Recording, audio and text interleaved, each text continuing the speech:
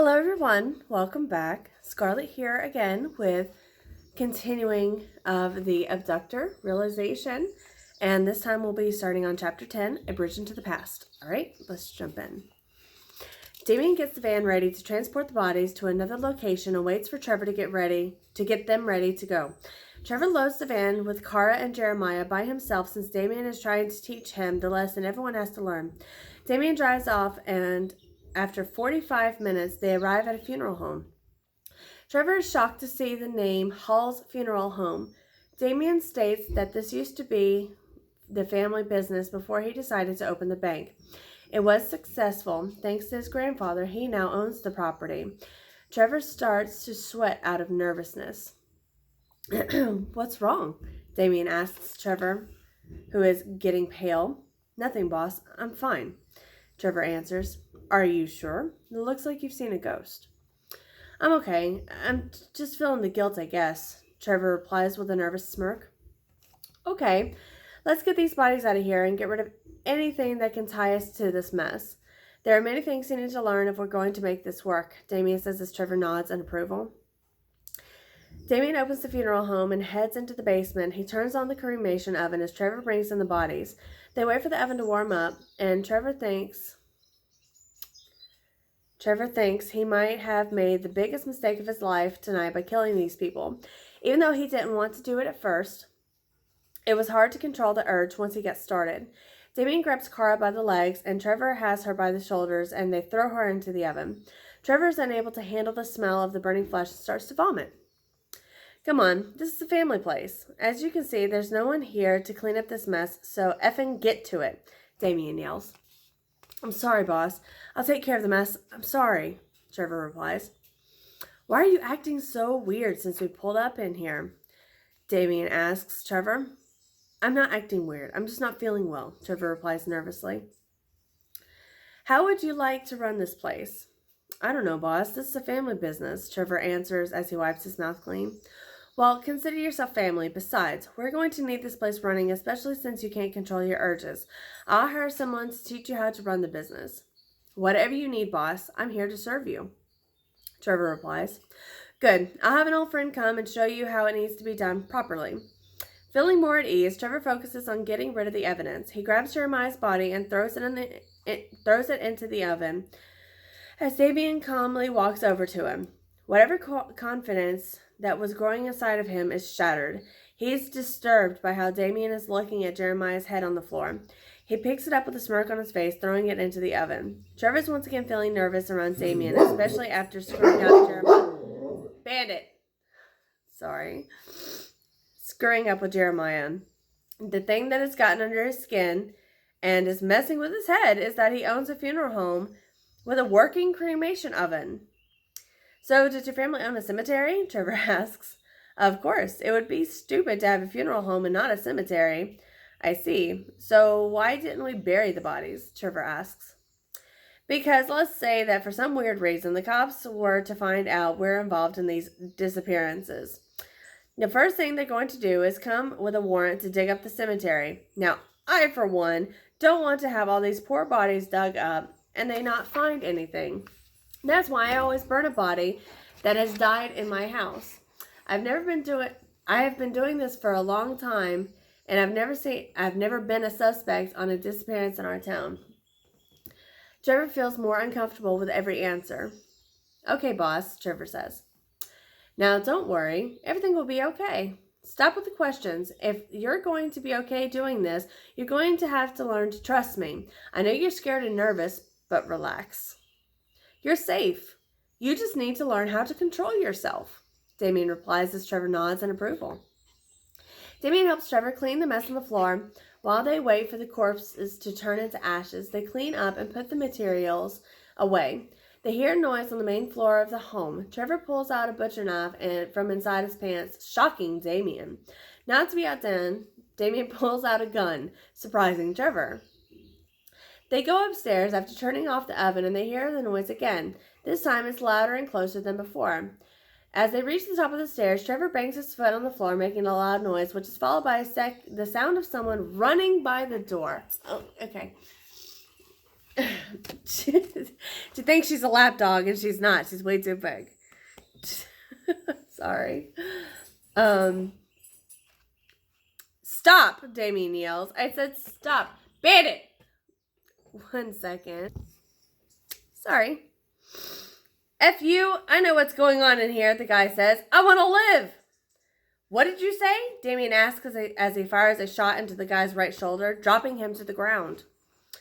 Why would you do that? The guy asks as Damien approaches him. You said you know what's going on, Damien says, shooting the man in his right knee. Please don't kill me. I'm homeless and helpless, the man begs. No! Trevor pounces on him, stabbing him in the chest.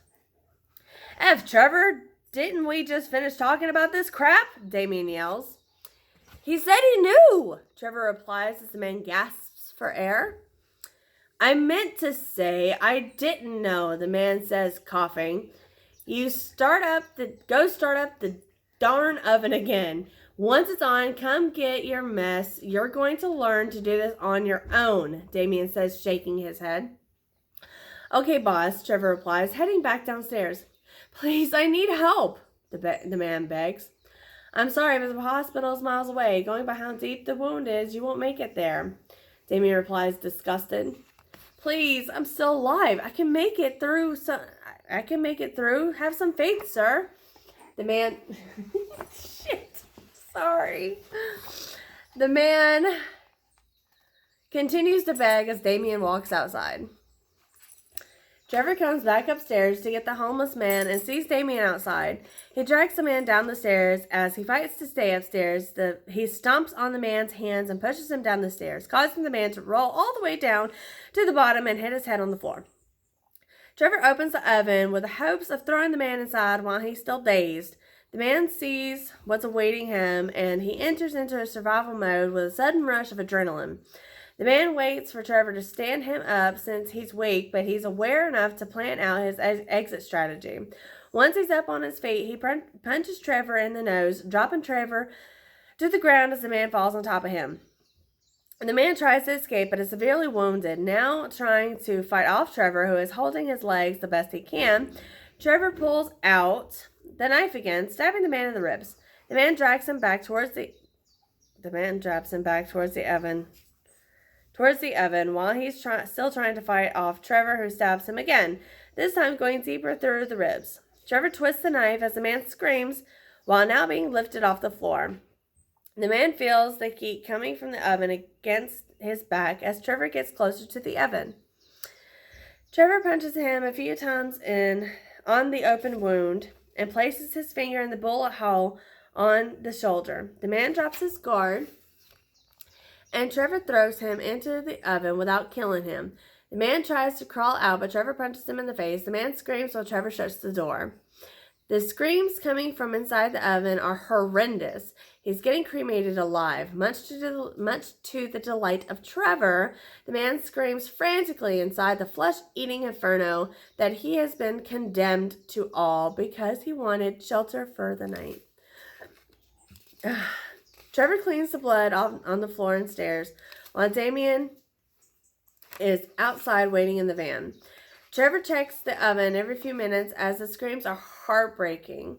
Trevor soaks them in like music to his ears. After 10 minutes, there is nothing but silence. Trevor looks inside and sees that the man is dead. His body is losing its flesh. Now that he's done cleaning, Trevor heads back to the van so they can go back to the house after a long day. Along the car ride, Damien explains to Trevor that he understands that they have different methods of accomplishing things. That doesn't mean one of them is wrong. Instead, it means they can learn from each other. Trevor understands the message, but they aren't so different according to him.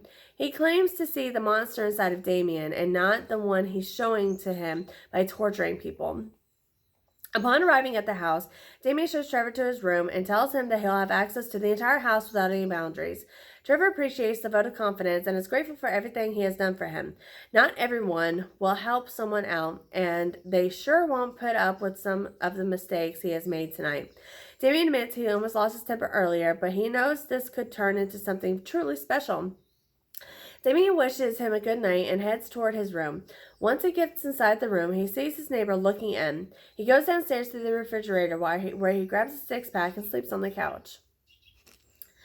The following morning, Damien wakes up before Trevor. He takes advantage of the free time to do his workout routine and take a shower. Trevor hears the shower running as he wakes up and stretches. He spots the clippers Damien left on the table the night before. He grabs them and goes to the bathroom to shave his head. He's tired of the way his hair looks. It doesn't have the bounce and volume it once did. He believes it's time for a change. While he gets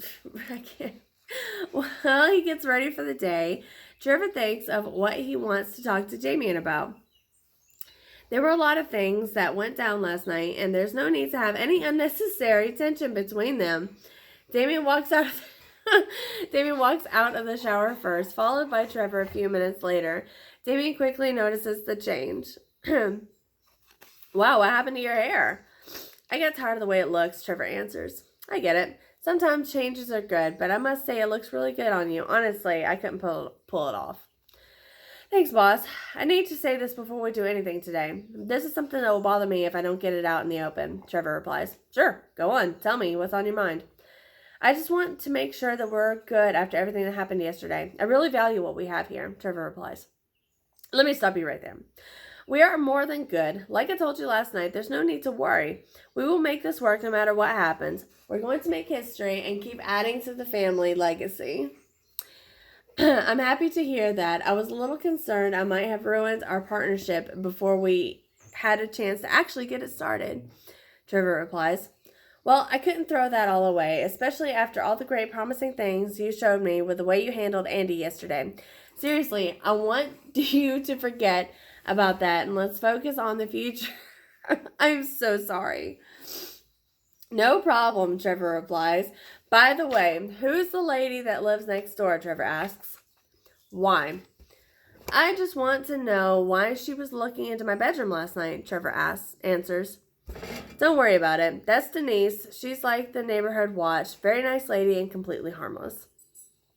I just don't like how she was looking into my room, Trevor replies. Don't worry about it. She can't see without her glasses and she never wears them at night. She stands at her window to scare away people and to make them feel like they're being watched. Well, she succeeded in making me feel uncomfortable, Trevor replies. It will be okay. She's a good lady. I'm going to introduce you guys later on tonight, but we'll talk more later. I have to go to work. Now, if you get bored, you can have some fun with Andy or Louie, but leave the others alone. Not a problem, boss, Trevor replies.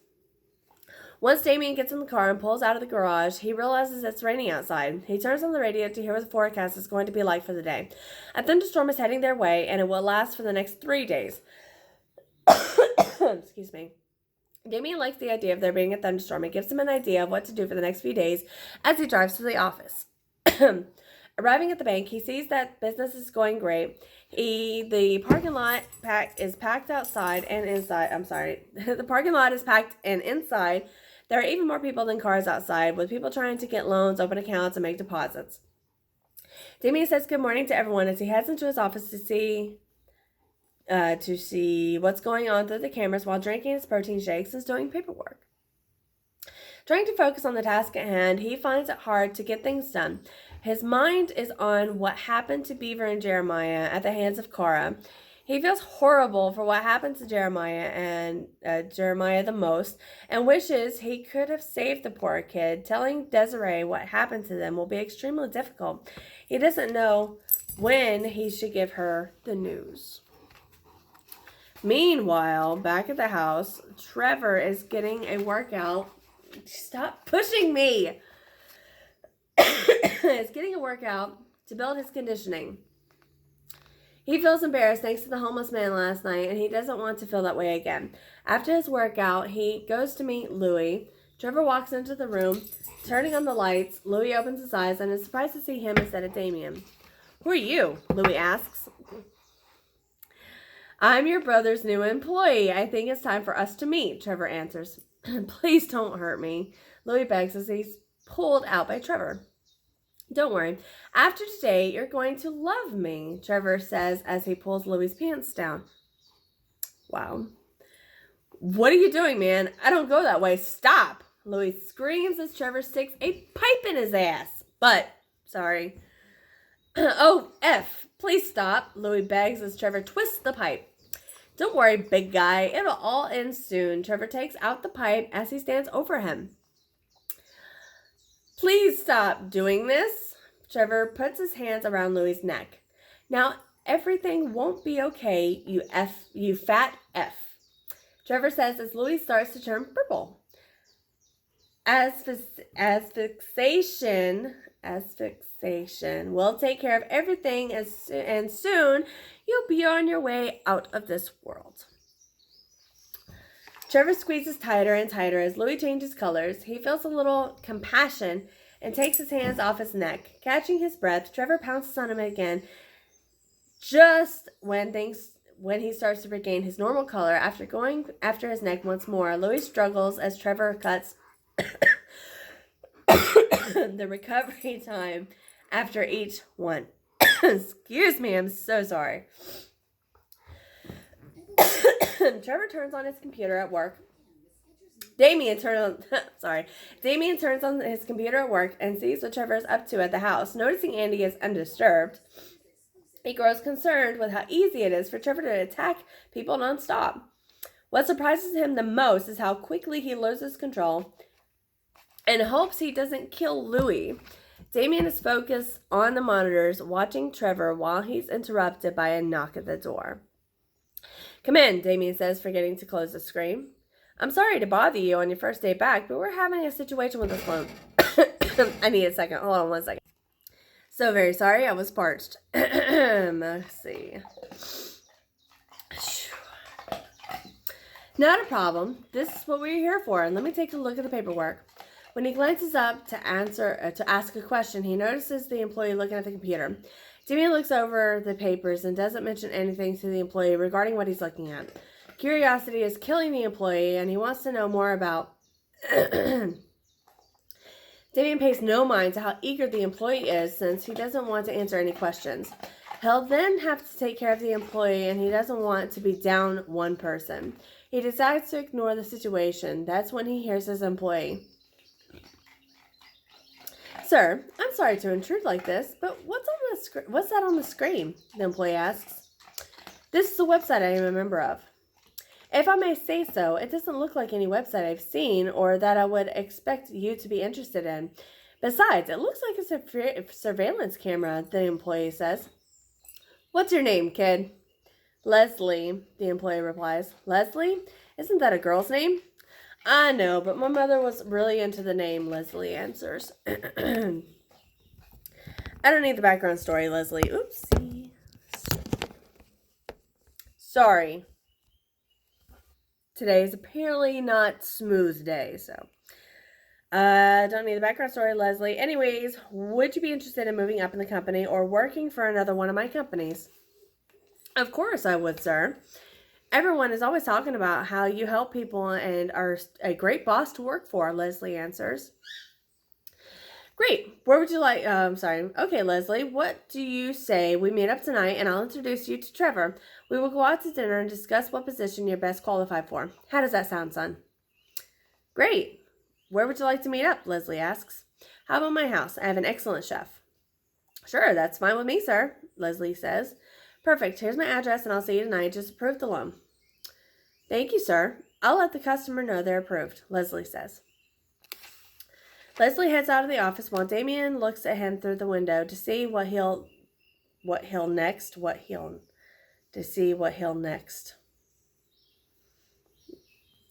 I don't know what this is supposed to be. I'm sorry. The window to see what he'll next. Okay. Leslie now has his full attention. Leslie informs the customer that the owner of the company has approved the loan himself as Damien turns away. The customer is very happy, and Leslie points to the direction of Damien's office. Once the customer looks that way, he sees the door close, and Damien has closed the shades. Leslie advises the customer not to worry. He'll personally let Mr. Hall know how grateful he is. Damien looks at the monitor and sees that Trevor is still physically abusing Louis. Trevor's beating Louis with a baseball bat and using the torch to burn his legs. As he drops the torch and grabs the power drill, Louis screams as Trevor drills at his ankles. Tired of the screaming, Trevor goes to the other room to grab a gag to shut him up for a while. Please stop. Don't do this to me. Whatever he's paying you, I'll double it, Louis says. I'm not doing this for the money. I'm doing it because it's fun and I can get away with it, Trevor replies. My brother is using you. Please don't kill me, Louis says. Your brother doesn't want to kill anybody. I take care of that so he doesn't have to get his hands dirty with anyone's blood, especially yours, Trevor replies. Please don't kill me. I know I've had my differences with Damien, but it doesn't have to go any further than it already has, Louis begs. Listen, be an effing man. Listen, be an effing man and accept your fate. You will die, but lucky you won't be today. Damien doesn't wish to see you dead. Honestly, I wouldn't mind taking your weak, pathetic butt out right now, Trevor replies. So what does he want? Louis asks. He wants you to suffer, and only then you can die, Trevor replies as he places the gag in his mouth and leaves the room. Trevor locks the room from the outside so Louis cannot escape. Not that he could even if he were to try. While Trevor is in the shower, Louis drags himself across the room. Since Trevor didn't tie his hands, Louis removes his gag a few minutes after Trevor leaves the room. Louis looks around to see if there's a way he can escape. Louis looks towards the door and sees that Trevor left a baseball bat in the room. He drags himself over to it and holds it tight to his chest. Armed with the bat, Louis is grateful he has something to defend himself with. When Trevor comes back to the room, Louis is waiting for him up against the wall. Louis notices a window in the room, but it's pretty high, and he isn't able to stand. Damien still looks on, only to see his brother roaming the room with a bat. Trevor is nowhere in sight. Damien wonders how wise it is to have Trevor assist him with this or any other project, given he's now making a major mistake with Louis.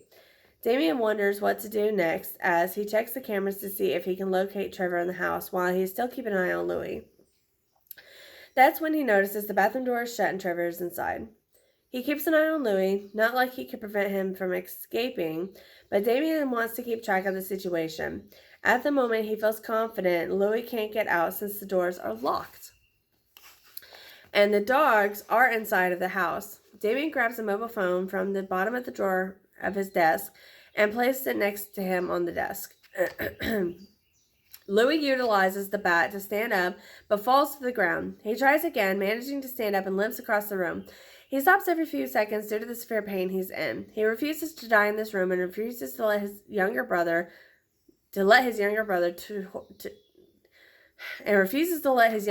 torture him and abuse him. He realizes that his brother really despises him, and he won't stop until he feels they're even. Although, there's no coming back from this. Excuse me, I'm so sorry.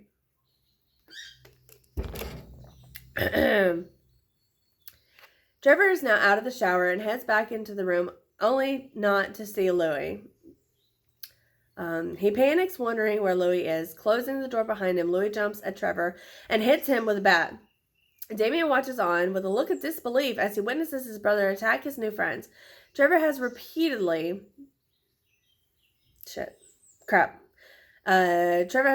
dropped the ball, especially with the way that he's been handling Louis. Realizing that this might be his only chance to escape, Louis is giving it everything he has left to get out. Trevor, not knowing what hit him, tries to figure out how to escape from the brutal beating. He reaches over and grabs Louis by the ankles, drops the bat, and Louis drops the bat and hits the floor in agony. What the hell is wrong with you? Trevor asks. I was coming to offer you food and water, Trevor continues as Louis reaches for his ankles. I need to get out, and if I have to kill you or Damien, that's what I'll do, Louis replies. Why would you want to kill me? Trevor asks. Why, you sick B-A-S-T-A-R-D, Louis replies. You and Damien are as good as dead. You think Damien is the only sick F in the family? If so, you're sadly mistaken, Louis continues.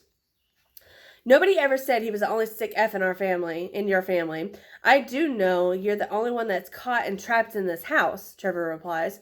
But one more thing you should know. You better behave yourself or you will be the next person that heads to the funeral home. Your threats don't worry me, Louis says as Trevor hits him in the head with a bat, knocking him out. Damien decides to leave work early due to everything that's going on in the house. He looks at the camera and sees Louis tied up and thrown into the closet. Damien notices Trevor has several cuts on his face and body with blood running down his face and arms. He lets Leslie know he'll be leaving for the day, but he can stop by the house tonight to finish up the conversation they had earlier. Okay. That is the end of chapter 10. Next one will be chapter 11, new surprises, and we will continue that next time. Until then, please remember to like, share, subscribe. It helps me out a ton. But I guess that's it. If you're enjoying it, please let me know. Leave a comment down below. I will see you guys next time. Bye.